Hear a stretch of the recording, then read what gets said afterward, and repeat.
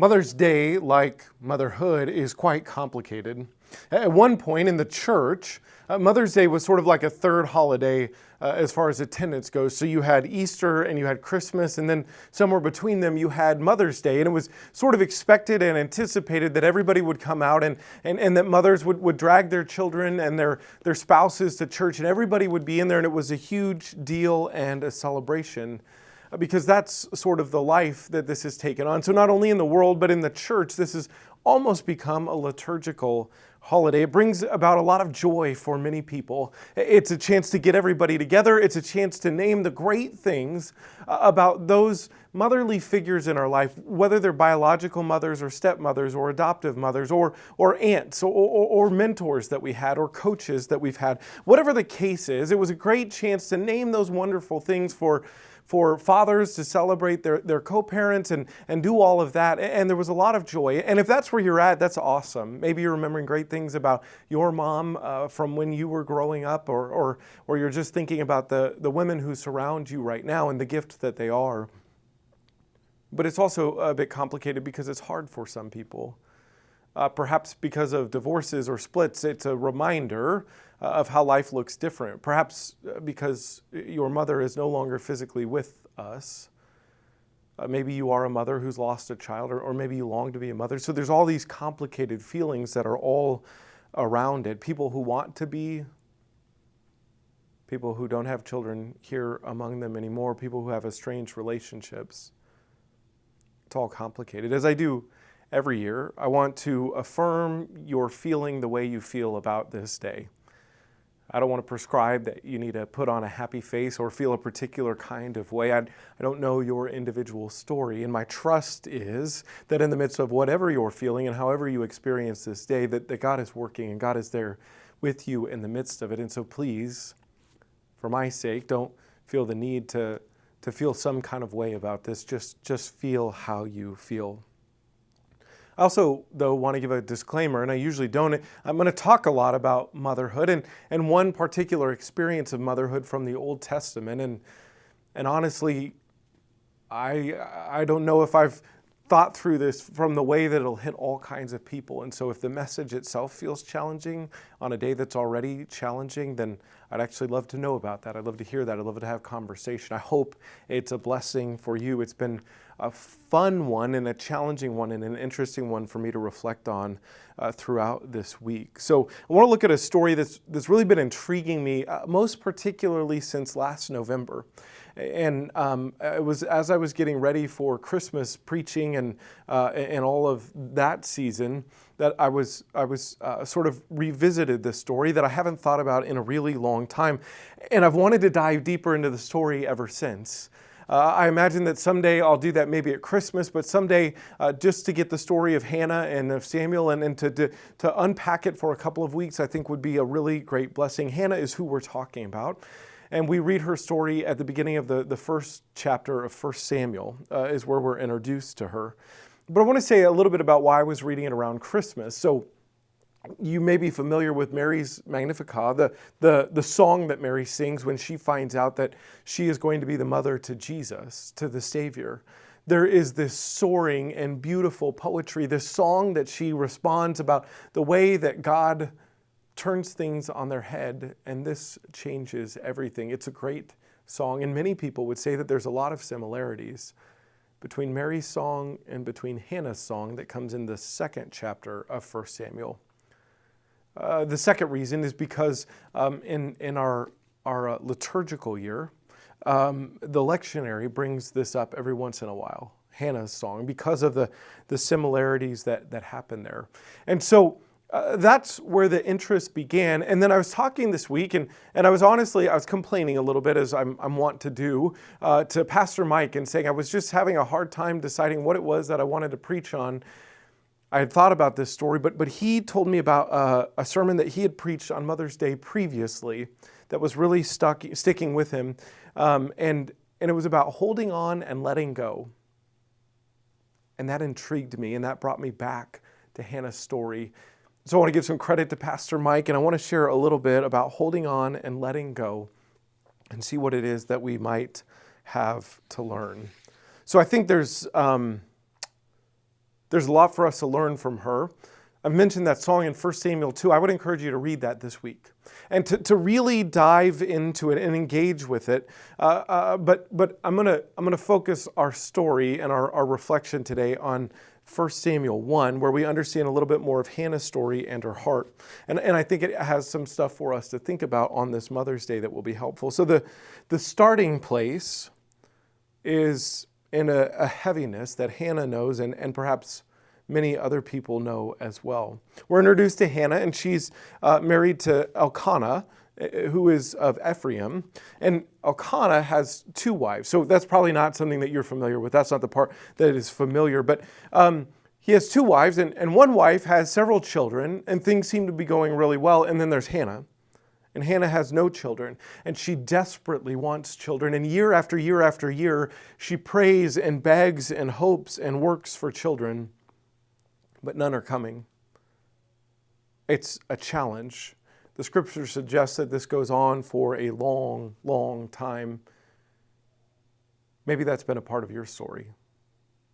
Or somebody that you know, a loved one, who has struggled with fertility, who has struggled because they wanted a child, but thought they wanted a partner as well and didn't find a partner, a relationship that worked there. Maybe you know somebody who always imagined motherhood or fatherhood for themselves, and it hasn't come.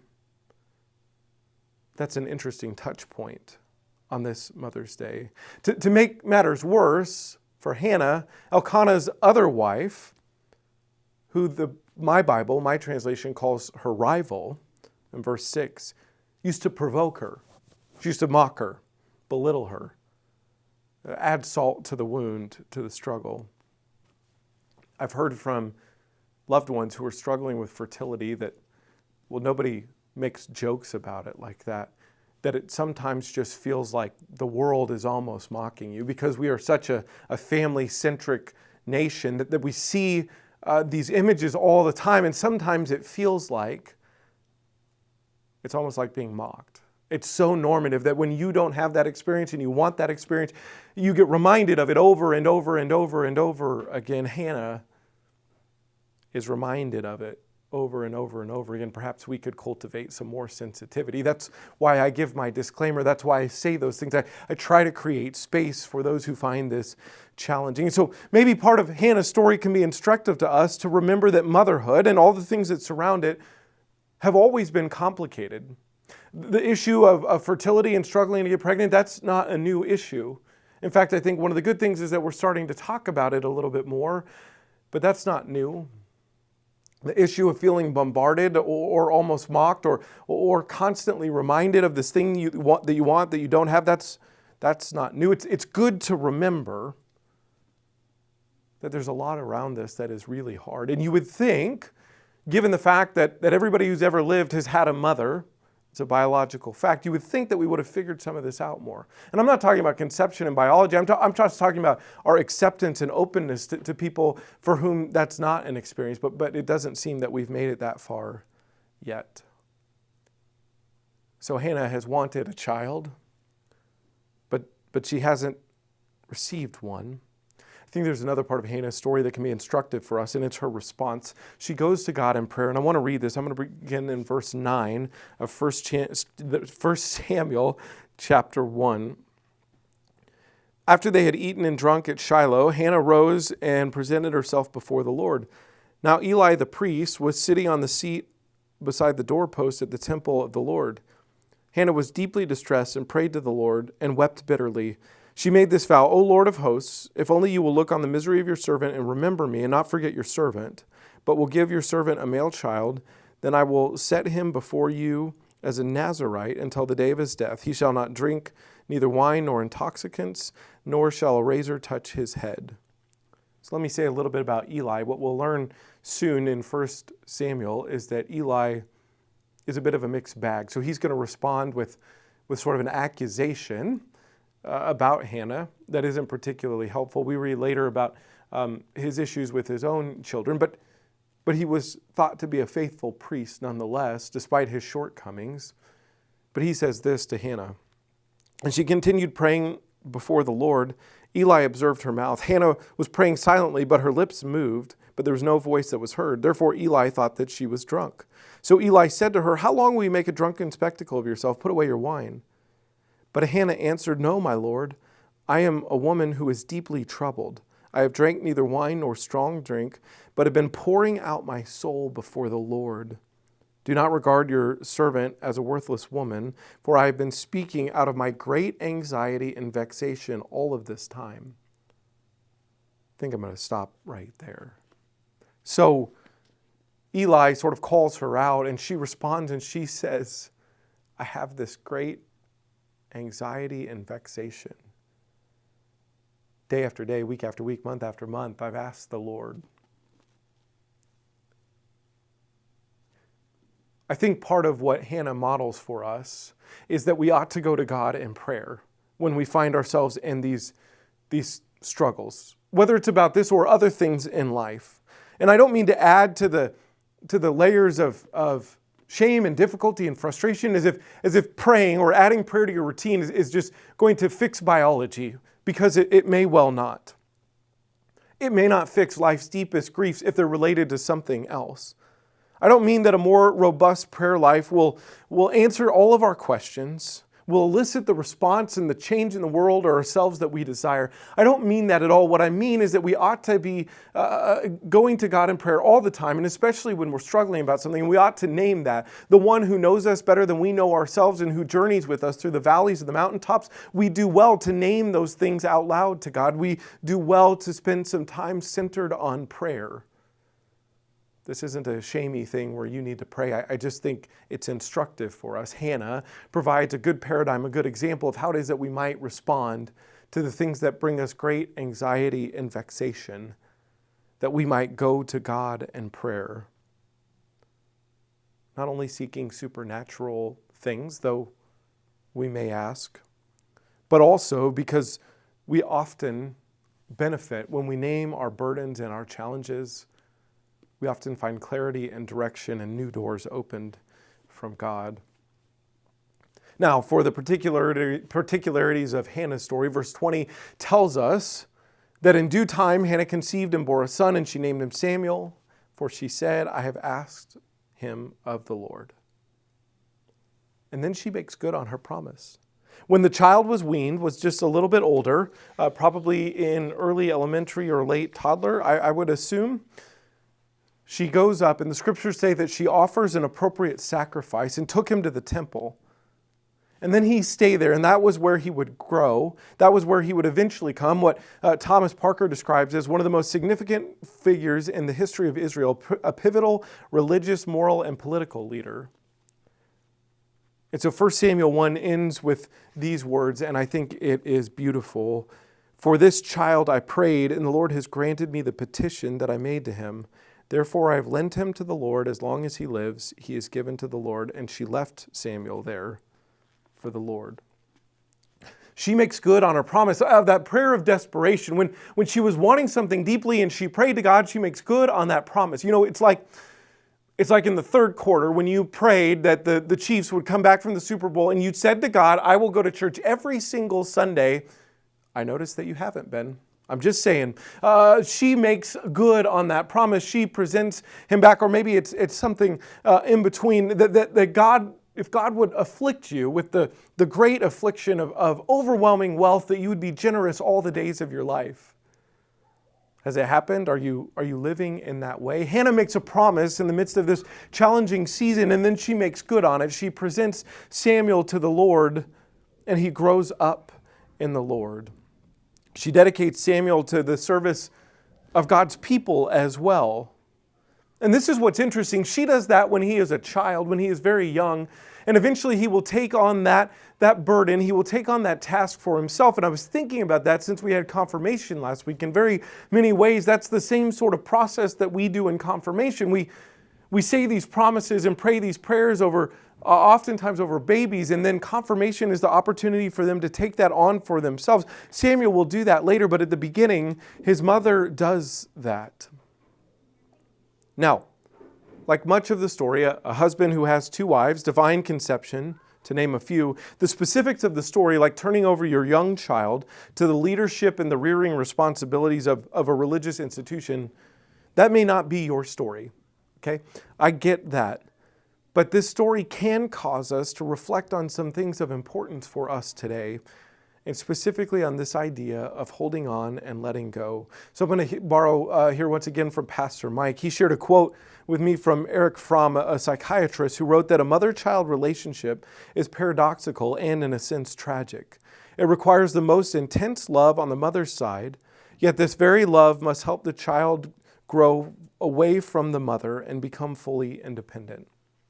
So here's what I think. Good mothering teaches us a lot about holding on. The life of a child begins inside of a mother. You can't get any more tightly held than that, than a child taking shape within you. And at birth, usually one of the very first things that happens is that the baby is given to the mother to be held, to be wrapped, and to be held on to. Now, in the ensuing weeks and months, mothers will be very careful about who is holding on to their babies. I remember when Gracie was born almost a year ago, I was content to sort of have her pass it around among all the people, but not Hope.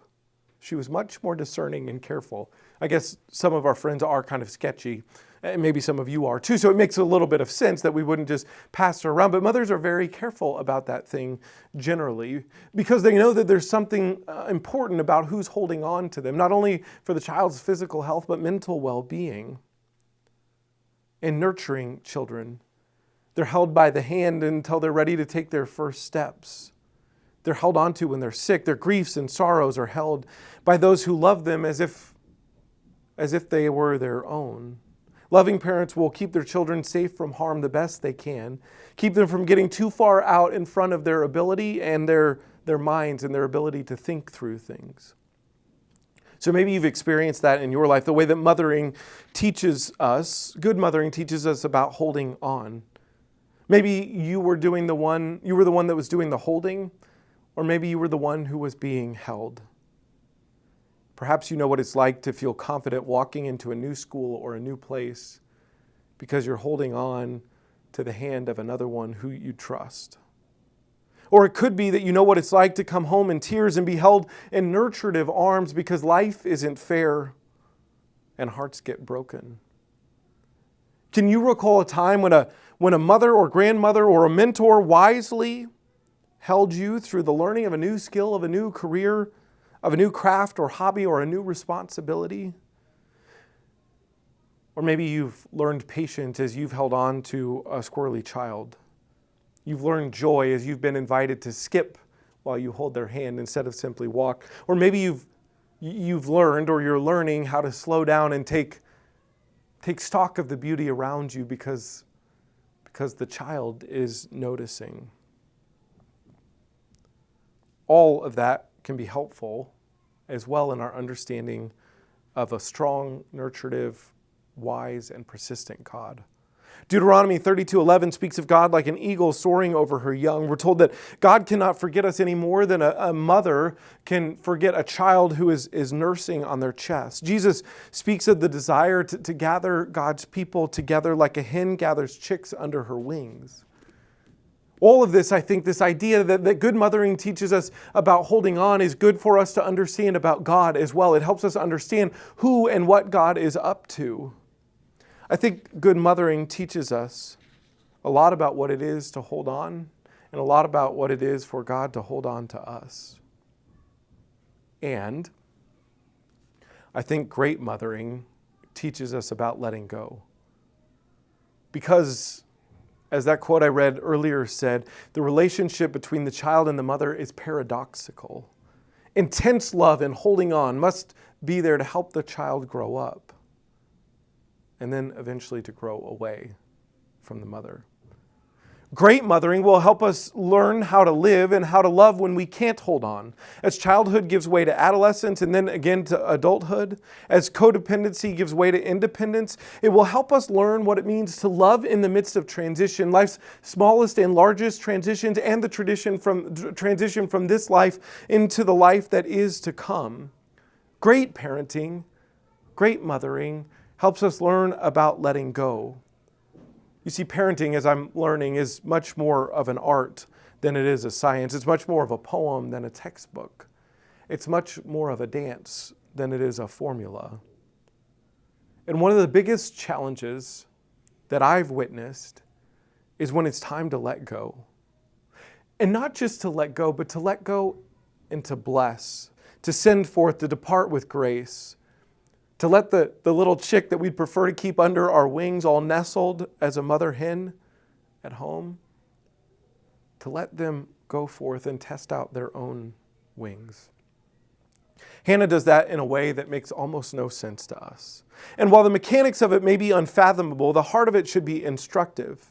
That at some point in our lives, it comes time to release and to bless and to let go and to entrust that which we've held most closely to grace and to God. She not only models what that looks like, but she models the faith that inspires that work. She also models an appropriate way to respond. So as Hannah is sort of turning this child over to God, perhaps we can learn what it means to turn things over to God, to bless and to let go.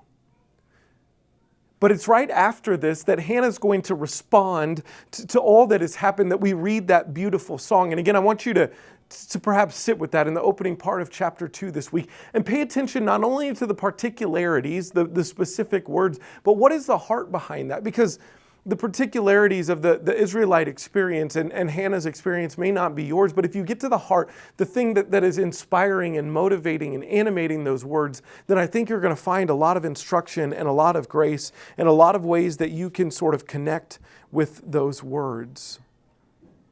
Great mothering teaches us a lot about letting go.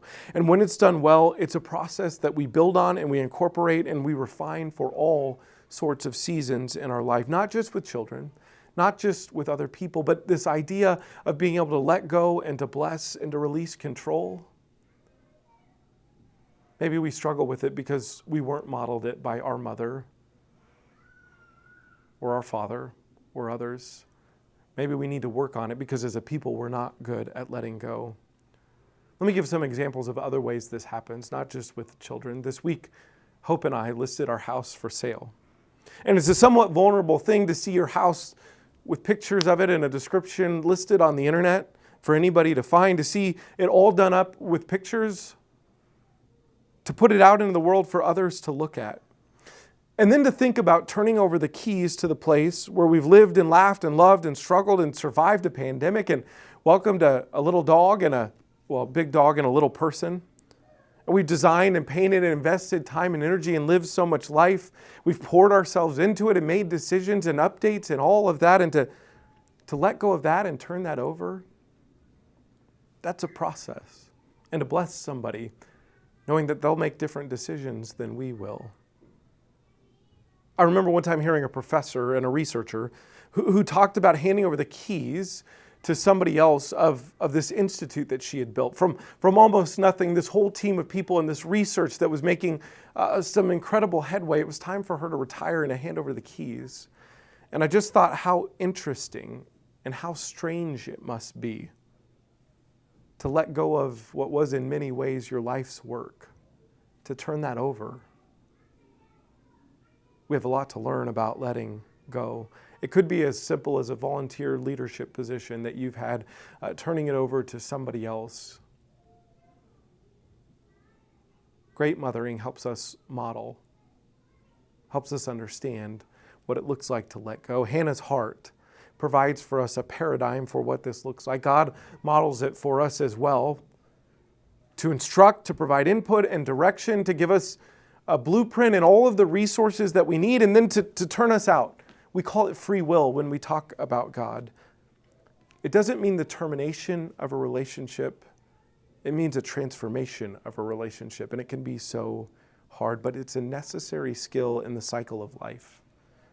Even Jesus does this. In his ascension, in the gift of the Holy Spirit, Jesus is letting go and he's entrusting to his followers this message, literally the redemption of the world. He says, guess what? Here's the keys. You guys go and take it from here.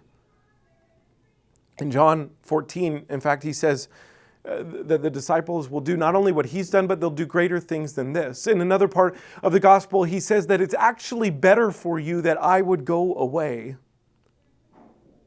But he follows this up with a commission. We call it the Great Commission, and with an advocate, the promise of the Holy Spirit. And then he releases them.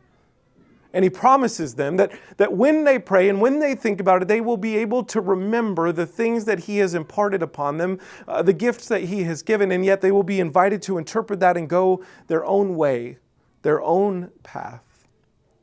Friends, all of these are models of blessing and the promise that comes when we learn to let go well. So today in your living, in your witnessing, in the stories that you've heard, how is it that mothering has taught you about holding on? And how is it that mothering has taught you about letting go? And what might Hannah and God's love and Jesus' example and the loved ones that you know, might they be leading you towards in the days to come? Let's take a few moments for reflection.